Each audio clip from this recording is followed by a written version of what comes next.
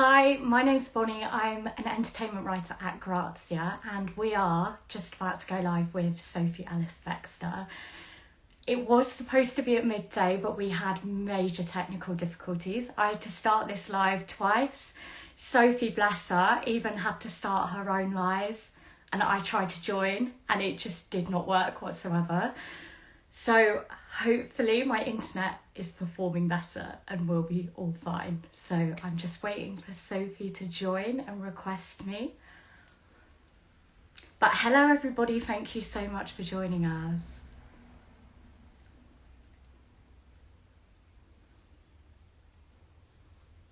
It's always really awkward, the first bit of an Instagram live, isn't it, when you're just waiting for it all to work. Okay.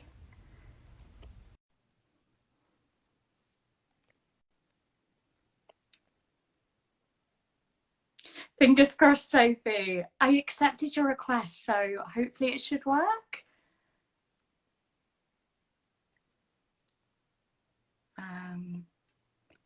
Right. I'm going to send you a request, Sophie, so fingers crossed.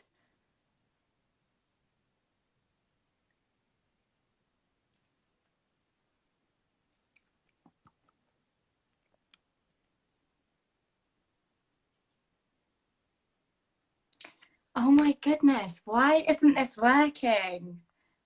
I even tried to do one on my personal Instagram with one of my friends earlier just to make sure that my phone was working. Oh, okay.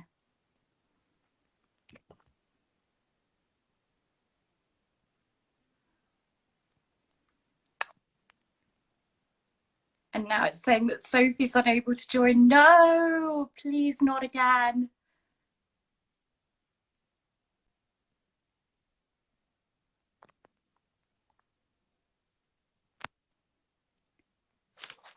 Oh my goodness. I'm so sorry, Sophie. This should be working. I have no idea either. It's not your fault, Sophie. Oh my goodness. I'm I'm struggling to think of what to do. What do we do, guys? Okay.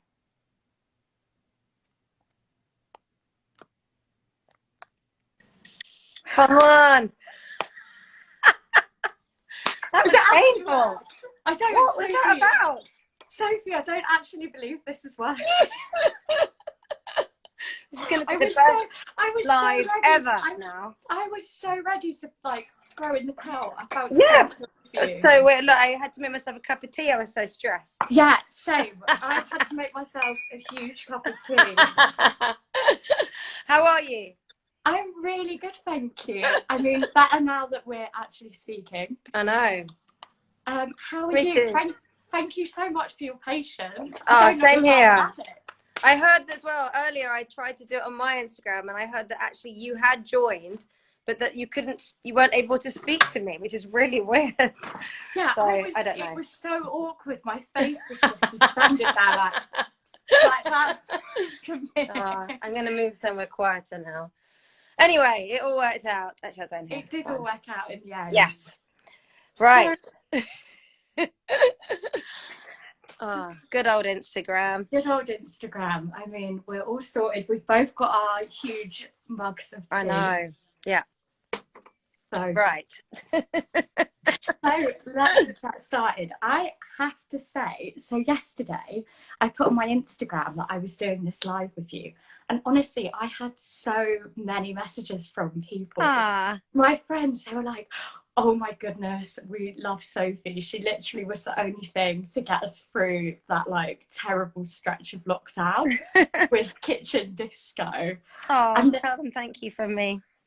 Yeah, literally, I was overran with messages. Like, people love you. Like, people, like my friends, all their mums, everyone loves you. Friends, and how does it kind of feel? Because now, obviously, you've been voted one of BT's lockdown heroes because you got so many people through lockdown. Oh, mainly I feel grateful because I think, the whole thing about what's been happening online has just reinforced that thing that actually what humans really need is a bit of a community, and they need interaction. And during the last however many months it's been now, there's been so many times where I'll go onto my Insta and I'll see someone's doing a live, and I'll just find it so comforting just to be able to see that something somewhere is happening and we can all get together and enjoy that time together. You know, not to mention things like being able to FaceTime people or doing pub quizzes on Zoom or all the sort of stuff we've done in the last year. So I'm grateful about the kitchen discos because they kind of kept us on the right side of sane, really, even though they were quite bonkers. But yeah, it just gave us something to focus on, and I have such affection for everybody that's been round over the last year. And so what do you have planned for your disco tonight?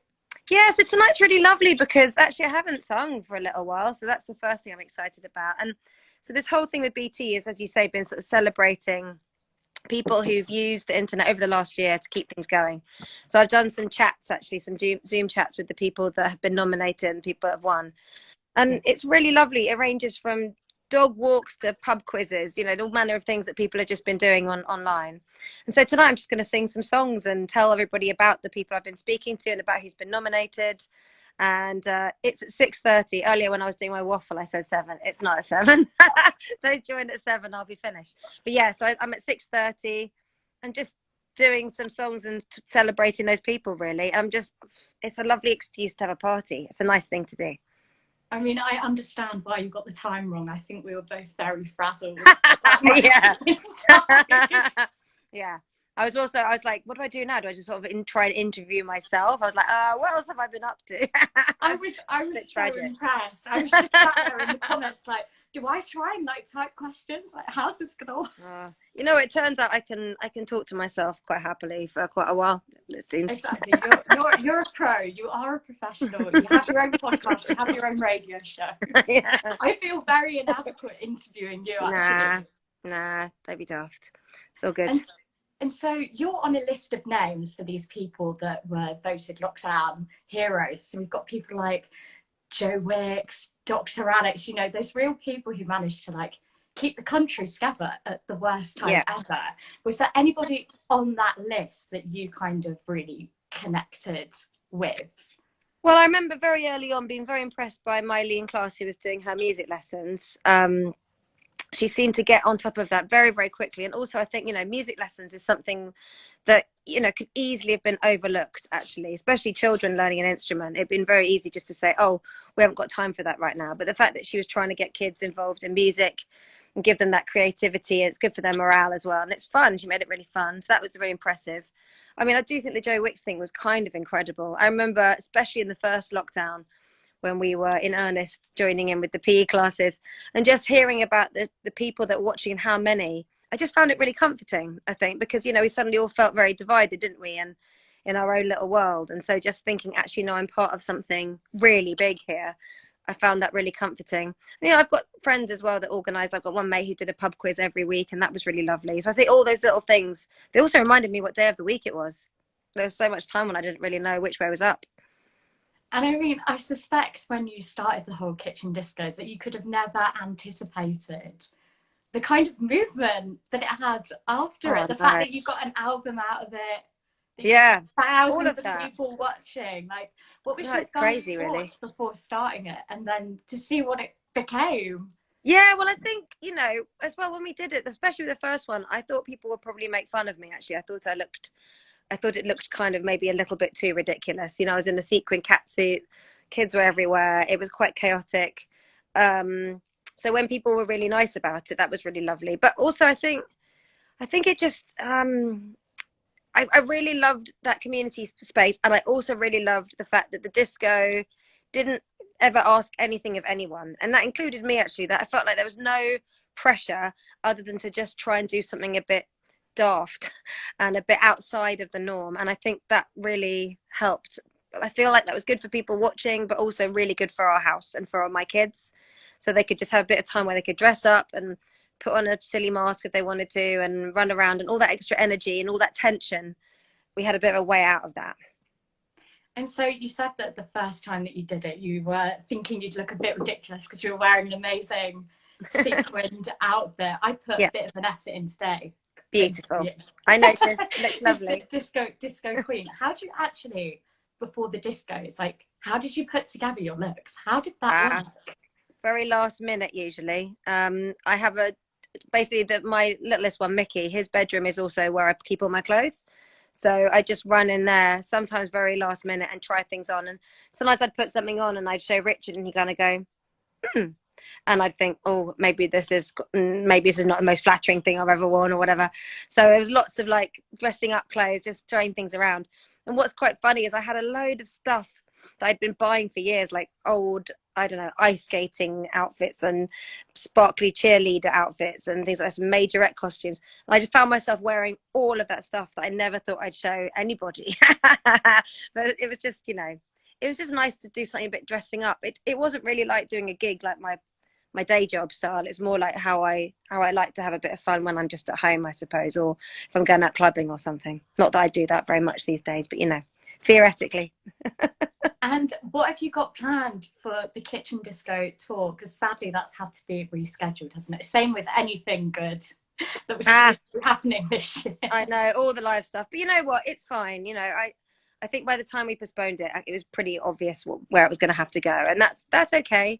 We'll make it extra special, and well, slightly weirdly, really, we're just going to try and recreate the feel, but also the look of my home, I suppose, on stage. So I want to make the window seat and disco board and have the light up board and silly outfits and all of that, and just I would like to make each night its own party, and we can do different cover versions and different songs. Like the set list can be really flexible. Just try and get people dancing and having a really nice time together. I think the whole way through the kitchen discos, I'd be singing into the back of Richard's phone and trying to imagine all the people, all the families, all the people on their own, anyone that was round my house at the time.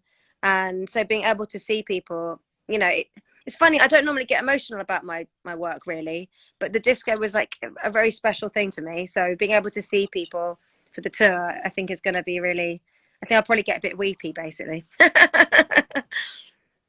And so aside from the kitchen discos, which obviously got us and yourself and everybody else through lockdown, what else were you doing? Because you have 5 children. It must have been a very intense period of time. It really was. It really was. Just I think, having the kids and I, like, and Richard, we're used to being around each other, and so that whole thing of them not going to school, that wasn't really the biggest hurdle. It was more the fact that you had all that anxiety and all that uncertainty in the world, and just trying to navigate this new reality and keeping everything as consistent as possible and keeping ourselves level and not letting them get too anxious about what was going on. I think that was probably the most stressful thing, and doing birthdays and things like that when they can't see their friends. Yeah. But everybody was doing the same thing. There was lots of support out there. There was lots of people who were feeling the same as me. So I think that was really comforting. And then actually I'll show you what I did for me. So when the kids were in bed, I'd have like maybe, I don't know, 10, 15 minutes where I'd sit in the sitting room and I'd have a glass of wine. And I'd make this that I got this is what I got for Christmas the year before, for Christmas before lockdown. So this, can you see this? Can you see my Lego Ninjago? Oh my goodness. So it's basically, can you see that all right? It's like a 4-story Lego house, cherry blossom and stuff. So we made the shelf for that after I finished. And now I've got a new one that I got for my birthday that I've got to finish. So I would just sit and do a little bit of Lego and watch something soothing on my laptop and have a bit of wine and be like, okay, this is time to regroup a little bit. And it was lovely. Yeah. Lego is a cool lockdown hobby to have picked up. I wish I'd have done anything as productive with you, but unfortunately I didn't. And also, you've been writing a book. When have you found the time to squeeze in a book? Well, I'm a bit like with writing the book, I've been a bit like I was at school. So basically I don't do anything until the deadline is looming. But actually that's been quite nice. I've quite enjoyed that. That's just been a bit of time just to sort of reflect on things, I suppose, and think back over the beginning of stuff. And I've written about everything, and I've written like way more than I thought I would. So it's just at the stage where it's being edited now. But actually I got into quite a nice pattern of writing. I would just write for maybe the afternoon. So I'd take the little ones out in the morning and then in the afternoon after lunch I just squirrel myself away somewhere for a couple of hours and just let it all go bleh. So yeah, it's nearly finished, but that's been quite a nice process. I felt quite selfish about that, really. I've enjoyed it a lot more than I thought I would. Yeah. That's so exciting that it's currently being edited and all put together. Thanks. Yeah, I'm excited too, although it's that feeling of like, oh, people are actually going to see it. Like, so far, no one's read it except for my editor, and not even Richard. I haven't shown anyone, but I think I have to start doing that soon. I have to start sharing it with people. And so you say that you've written about everything. Mm. Can you tell us any more? What is the book going to cover? I suppose it's a combination of things. I mean, it's like walking around the inside of my head, I suppose. So you've got the chronology. I talk a lot, I talk about how I got started in music and the experience of doing Groove Jet and my first album and all that kind of thing. But then I also talk about, I don't know, bad haircuts I've had and embarrassing things that have happened to me, and times when things have gone well and times when things have gone really badly, and my thoughts on lots of things and what it's like raising 5 boys. And yeah, I've kind of done loads of different sections. So yeah, it's all out there, really. I sort of wrote about whatever I felt like I wanted to write about. Yeah, and like bad boyfriends, and yeah, everything I've ever thought, oh, I'd quite like to be able to tell people about this one day. I've done it now. Just put it all into one convenient book. I can't wait to read it. Thank you. It'd be nice to see it finished. I'm quite excited about that. I mean, what a privilege, like you don't always get that opportunity. So I've thought, actually, this is a nice thing to do. And I don't. Loads of people write books all the time, autobiographies all the time. So I've tried not to kind of be too precious or over analytical, really. It doesn't need to be anything more than a book that represents me. So that's what I've been trying to do. Of course, that's why people are going to buy it. So. Well, we'll see. It'd be interesting to see what people think. But yeah, that's the journey of it, isn't it? And so since, and luckily things will continue, restrictions will continue to ease, but what have you been up to since re-entry? How has your life changed? Well, I suppose, Richard and I really, we've just, like loads of people, we've just learned that all the projects we're up to at the moment, pretty much, I can't even think of an exception, actually. They've all been things that have been born out of the circumstances of the last year. So everything we're doing is a new thing, and we're just watering all the projects all the time, and just, trying to see what we can grow and keeping ourselves busy. I've loved doing my podcast. It turns out I'm quite a simple creature, really. So just so long as I've got a couple of things to give me momentum, I can keep my head quite healthy. Oh, that's one of my small people calling me. Yeah, I think I'm just feeling very lucky in a lot of ways as well. I've got so many friends that are musicians who've had to really look for other things they can get up to, and I've been very lucky that we've got a little home studio, that Richard's very technical, and I've been able to really get on with doing a lot of the things I wanted to do because he's been able to help me. A lot of the Radio 2 shows we've done from here, the podcast we've done from here, that sort of stuff. Obviously all the disco tech, that's all him. So really he's been the linchpin, really, because I think if Richard hadn't got that skill set, I would have just been sat around going crazy, I expect. Wow, I'm going to let you, thank you so much for your time, but I'm going to let you go off to your little people because you're a very big lady and get ready for tonight. I can't wait to tune in. I'm so glad I got to speak to you. I'm so glad we got to speak as well. I'm feeling very relieved. But me too. It felt so sad earlier when I was sending my little requests, and it was like, I just don't know why it didn't work, but it worked in the end. Yes, exactly. Anyway, thank you for watching, everyone. Thank you, everybody.